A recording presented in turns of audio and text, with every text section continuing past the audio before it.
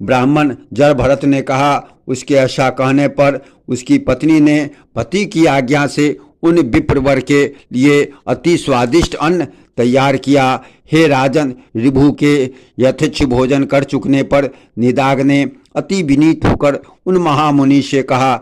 निदाग बोला, हे द्विजोत्तम, हे द्विज, कहिए, भोजन करके आपका चित्त स्वस्थ हुआ न? आप पूर्णतया तृप्त और संतुष्ट हो गए न? हे विप्रवर, कहिए, आप कहाँ रहने वाले हैं, कहाँ जाने की तैयारी में हैं और कहाँ से पधारे हैं? ऋभु बोले, हे ब्राह्मण, जिसको क्षुधा लगती है उसी की तृप्ति भी हुआ करती है। मुझको तो कभी क्षुधा ही नहीं लगी, फिर तृप्ति के विषय में तुम क्या पूछते हो? जठराग्नि के द्वारा पार्थिव ठोस धातुओं के छिन्न हो जाने से मनुष्य को क्षुधा की प्रतीति होती है और जल के छिज हो जाने से तृषा का अनुभव होता है।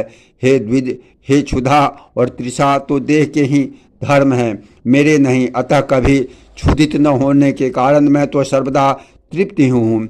स्वस्थता और तृष्टि भी मन ही में होते हैं, अतः यह मन ही के धर्म है। पुरुष आत्मा से इनका कोई संबंध नहीं।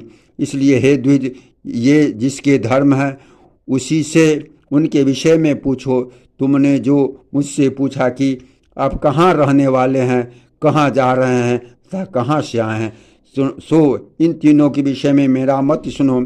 आत्मा सर्वगत है, क्योंकि यह आकाश के समान सर्वव्यापक है।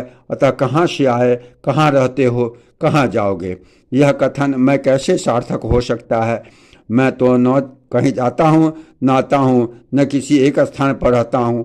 तू, मैं और अन्य पुरुष भी देह आदि के कारण जैसे पृथक पृथक दिखाई देते हैं, वास्तव में वैसे नहीं है। वस्तुतः तू नहीं है, अन्य नहीं है, मैं नहीं हूँ। वास्तव में मधुर है भी नहीं। देखो, मैंने तुमसे जो मधुर अन्न की याचना की थी, उसे भी मैं यही देखना चाहता था।